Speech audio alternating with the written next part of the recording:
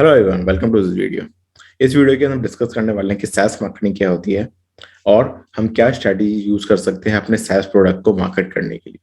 Right.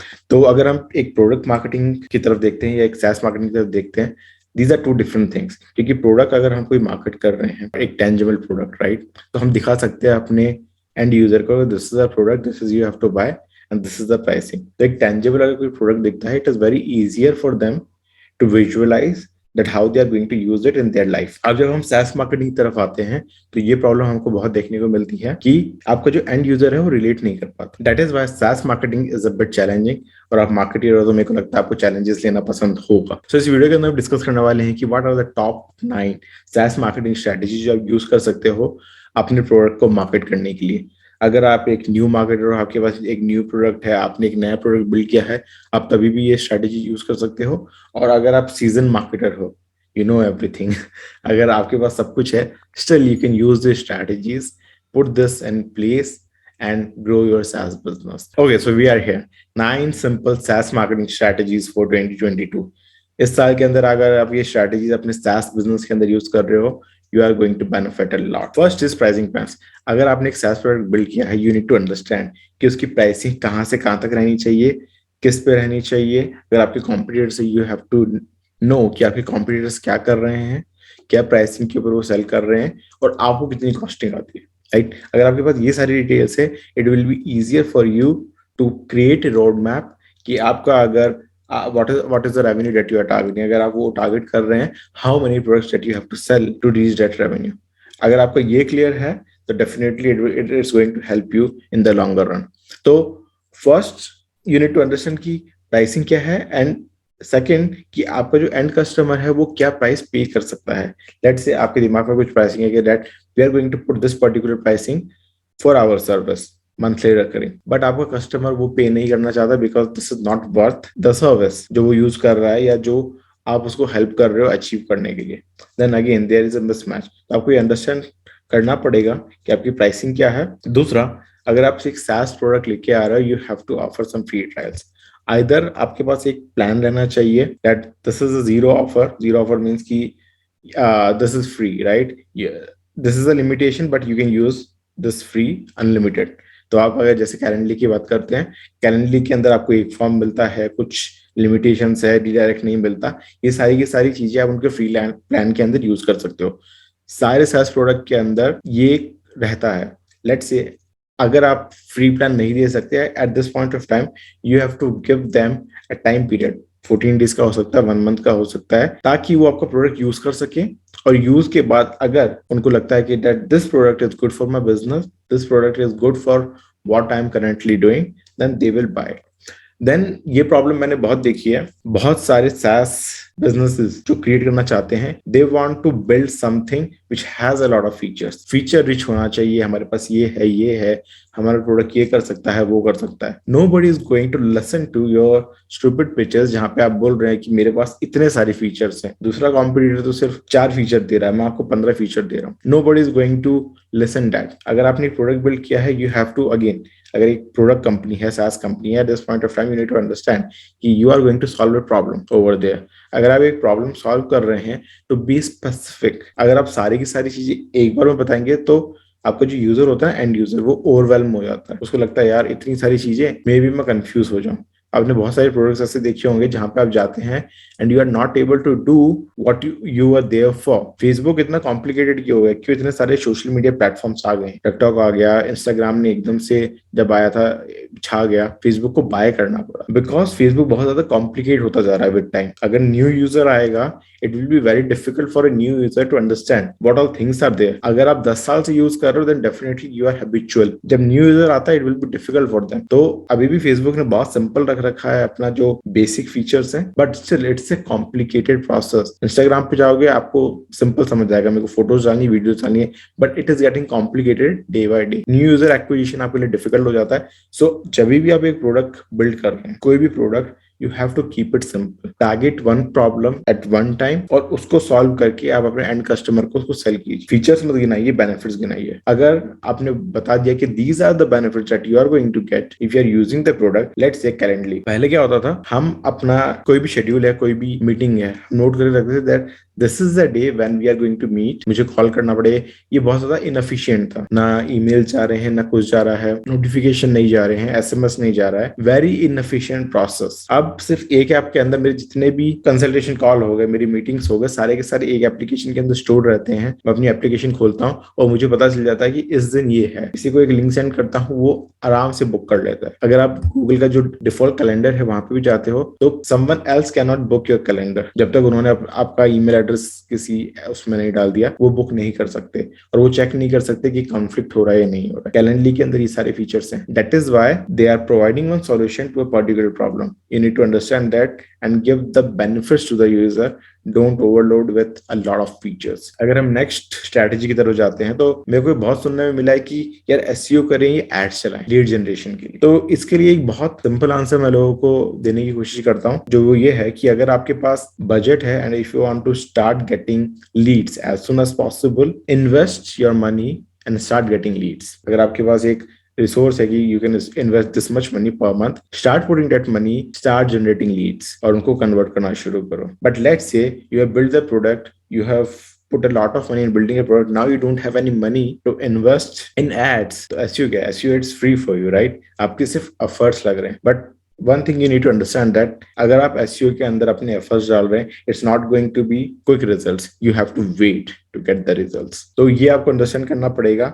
दूसरा, अगर आपके पास ads आप चला भी रहे हैं, after putting a lot of money, you need to start working on your SEO also for the longer term। अगर आपको मार्केट के अंदर रहना है, आप ऐसी कंपनी नहीं है कि यार आज पैसे निकाले मैंने यूजर से एंड कल गायब। अगर आप अपना ब्रांड बनाना चाहते हैं, you have to invest in SEO। Why? Because when somebody has a problem, they will not go to social media, they will not be waiting for your DM in LinkedIn, they will go to a search engine, they will search the problem, they will be looking for the solution in the search engine। तो वहां पे आपका content होना बहुत जरूरी है, किसी भी SaaS बिजनेस के अंदर आप हो या किसी भी बिजनेस के अंदर हो। तो मैं अगर इसको सिंप्लीफिकेशन वापस करके अगर बोलूं, SEO for the longer term, और आपके पास बजट नहीं है तो आप SEO के अंदर इन्वेस्ट करना शुरू करें। जब आप प्रोडक्ट बिल्ड कर रहे हैं, प्रोडक्ट बिल्ड करने के साथ साथ आप SEO के ऊपर काम करना भी शुरू कर सकते हैं। अगर आपके पास बजट है, start investing your money from the day one, क्योंकि ये आपको क्विक रिजल्ट्स लेके आएगा और आपका बिजनेस ग्रो करेगा। तो आपको मार्केटिंग स्ट्रैटेजी अपनी समझनी पड़ेगी कि मेरी गो टू मार्केटिंग स्ट्रैटेजी क्या होनी चाहिए लॉन्ग टर्म में और शॉर्ट टर्म में। अगर आपका रिटर्न ऑन इन्वेस्टमेंट आपको अच्छा करना है, let's say if you are investing $1 in ads and you are getting $2 back, right? You're doubling your money. But if you want to improve the ROI, you need to invest in SEO also, ताकि आपके पास free Leeds भी हैं, free traffic है, उससे आप अपना business grow कर सके। So you need to create marketing strategy और उसके हिसाब से चलना पड़ेगा। अगर हम अपनी नेक्स्ट स्ट्रैटेजी की तरफ जाते हैं, वो है मेक साइन अप एफर्टलेस। अभी क्या होता है ना, मैंने बहुत सारे प्रोडक्ट्स ट्राई किए, किसी प्रोडक्ट के ऊपर मैं जाता हूँ, बहुत कॉम्प्लिकेटेड प्रोसेस कर देते हैं। अगर मैंने साइन अप किया, वो मेरे से 10 तरह की डिटेल्स मांगेंगे, उसके बाद वो क्वालिफाई करने की कोशिश करते हैं, they will ask a lot of questions. उसके बाद भी अगर आप उनके डैशबोर्ड पे जा रहे हो, इट इज वेरी कंफ्यूजिंग कि मुझे करना क्या है। अगर आपको अपने कस्टमर को बनाए रखना है, you don't want to confuse the potential customer, तो आपको एक प्रोसेस सिंपल बनाना पड़ेगा। लेट्स से अगर somebody wants to sign up, वहां पे आप दे सकते हो सोशल साइन इन, जहां पे वो लिंक्डइन से, गूगल से, फेसबुक से साइन इन कर सकता है।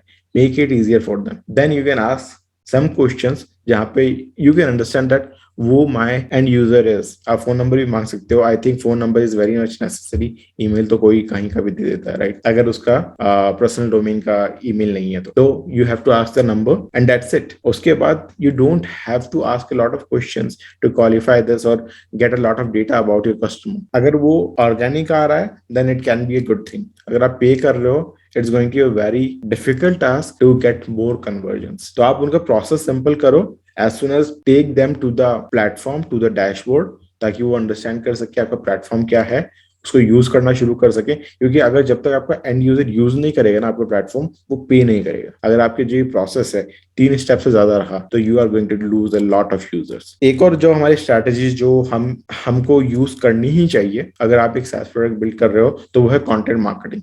क्यों? क्योंकि जो कंटेंट मार्केटिंग है वो बिल्ड करती है आपकी authority in the market. Let's say मेरा कोई क्यूरी है and if I am searching, let's say we are writing content for SEO, query के अंदर मैं सर्च करता हूँ और आपके ही आर्टिकल्स मेरे को दिखने को मिल रहे हैं, when I am searching for a particular solution for my problem. आपके आर्टिकल्स देखने को मिल रहे हैं, automatically I am building authority in my mind. तो आपका जो इन्फॉर्मेशनल कंटेंट रहेगा, चाहे वो एसईओ के लिए रहे, आपकी वेबसाइट पे रहे, या आपके सोशल मीडिया पे रहे, जहां पे मैं आपको फॉलो कर रहा हूँ, तो समझने के लिए हमें एक फनल को समझना पड़ेगा। You are I am at the top of the funnel, जहां पे मैं इन्फॉर्मेशन गैदर कर रहा हूँ। अगर मेरे को इन्फॉर्मेशन आप दे रहे हो ना, तो देयर आर मोर चांसेस कि आपके बॉटम ऑफ द फनल के अंदर मैं दिखूंगा आपको पे करता हुआ आपके प्रोडक्ट या सर्विस को, क्योंकि आपने मेरे को इन्फॉर्मेशन प्रोवाइड की। आप मेरे सामने उस टाइम आए जब मैं अपना प्रॉब्लम का सॉल्यूशन ढूंढ रहा था। तो जब मैं सेलेक्ट करूंगा ना प्रोडक्ट, तो आपका मैं कंसीडर जरूर करूंगा। So you need to understand this, ये कंटेंट मार्केटिंग क्यों जरूरी है आपके SaaS बिजनेस को बिल्ड करने के लिए। देन हमारा जो आता है एक इंपॉर्टेंट टॉपिक, वो है improve customer experience.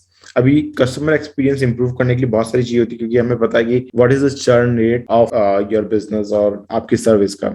Let's say आपकी लाइफ टाइम वैल्यू एक कस्टमर की है 1 साल, अगर वो आपके प्लेटफॉर्म पे आता है 1 साल से ज्यादा नहीं रुक रहा है, 6 महीने से ज्यादा नहीं रुक रहा है, जो भी आपका टाइम लाइन है आपको डेटा के साथ पता चलेगा। बट जब आप वो देख लेते हैं, तो आपको अंडरस्टैंड करना ही पड़ेगा व्हाट इज द प्रॉब्लम। तो अगर आपको क्लाइंट रिलेशनशिप बढ़ा के रखना है, life time value of a customer बढ़ा के चलनी है, you need to personalize your messaging। जो पहली thing, you need to provide them the content as soon as they are onboarding, tell them what they can do with your platform। then you need to educate your customer कि okay, you are at the platform, if you are facing any problem, these are the articles। so बहुत सारा आप content लिख सकते हैं with in your website, help resources आप दे सकते हैं वहां पे, ताकि अगर कुछ प्रॉब्लम हो वो डायरेक्टली आपकी वेबसाइट पे चाहे सर्च करें, उनको आर्टिकल दिखे और स्टेप बाय स्टेप प्रोसेस मिल जाए। सेम चीजों की आप वीडियोस बना सकते हैं। अगर कोई भी प्रॉब्लम हो, आपके यूट्यूब चैनल पे जाए, वीडियो देखिए और समझ जाए। आप डेमो दे सकते हैं, जैसे ही आप उनका साइन अप ले रहे हैं, तो आप वो समझ जाए कि ओके, मेरे को कैसे ये प्रोडक्ट यूज करना है। And then support. तो अगर कोई प्रॉब्लम आ रही है आपके यूजर को, if you are providing them good support, they are going to stick with you.